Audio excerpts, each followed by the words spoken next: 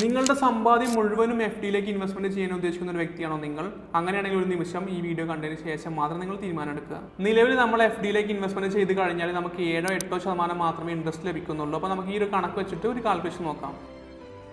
നമുക്കൊരു 8% ഇൻട്രസ്റ്റ് ലഭിക്കുന്ന ഒരു എഫ് ഡിയിലേക്ക് നമ്മളുടെ 5 വർഷത്തേക്ക് ഒരു 20 ലക്ഷം ഇൻവെസ്റ്റ്മെൻറ്റ് ചെയ്ത് കഴിഞ്ഞാൽ നമുക്ക് 5 വർഷം കൊണ്ട് മൊത്തം ലഭിക്കുന്ന ഇൻട്രസ്റ്റ് എന്ന് പറയുന്നത് 8 ലക്ഷം രൂപയായിരിക്കും. നമുക്കത് ഇയർലി ആക്കി കൺവേർട്ട് ചെയ്ത് കഴിഞ്ഞാൽ 1,60,000 രൂപയും മന്ത്ലി ആക്കി കൺവേർട്ട് ചെയ്ത് കഴിഞ്ഞാൽ നമുക്ക് 13,333 രൂപയായിരിക്കും ലഭിക്കുന്നുണ്ടായിരിക്കുക. അതുപോലെ തന്നെ 5 വർഷം കഴിയുമ്പോൾ നമ്മൾ ഇൻവെസ്റ്റ്മെൻറ്റ് ചെയ്ത് 20 ലക്ഷം രൂപ തന്നെയായിരിക്കും നമുക്ക് തിരികെ ലഭിക്കുന്നുണ്ടായിരിക്കുക. ഇനി നമ്മൾ ഈ പറയുന്ന സെയിം എമൗണ്ട് 5 വർഷത്തേക്ക് മ്യൂച്വൽ ഫണ്ടിലാണ് ഇൻവെസ്റ്റ്മെൻറ്റ് ചെയ്യുന്നതെന്നുണ്ടെങ്കിൽ നമുക്കൊരു 14% റിട്ടേൺ എക്സ്പെക്റ്റ് ചെയ്യാൻ സാധിക്കും.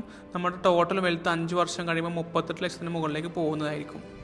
ഇനി നിങ്ങൾ മന്ത്ലി റിട്ടേൺ വേണമെന്ന് ആഗ്രഹിക്കുന്ന ഒരു വ്യക്തിയാണെന്നുണ്ടെങ്കിൽ ഈ പറയുന്ന സെയിം എമൗണ്ട് മ്യൂച്വൽ ഫണ്ടിലേക്ക് വൺ ടൈം ആയിട്ട് ഇൻവെസ്റ്റ്മെൻറ്റ് ചെയ്തതിന് ശേഷം സിസ്റ്റമാറ്റിക് വിഡ്രോവൽ പ്ലാൻ വഴി 15,000 രൂപ വീതം മന്ത്ലി പിൻവലിച്ചാൽ പോലും 5 വർഷം കഴിയുമ്പോൾ നമ്മുടെ ഫൈനൽ വാല്യൂ എന്ന് പറയുന്നത് 25,86,000 മുകളിലുണ്ടാവുന്നതായിരിക്കും.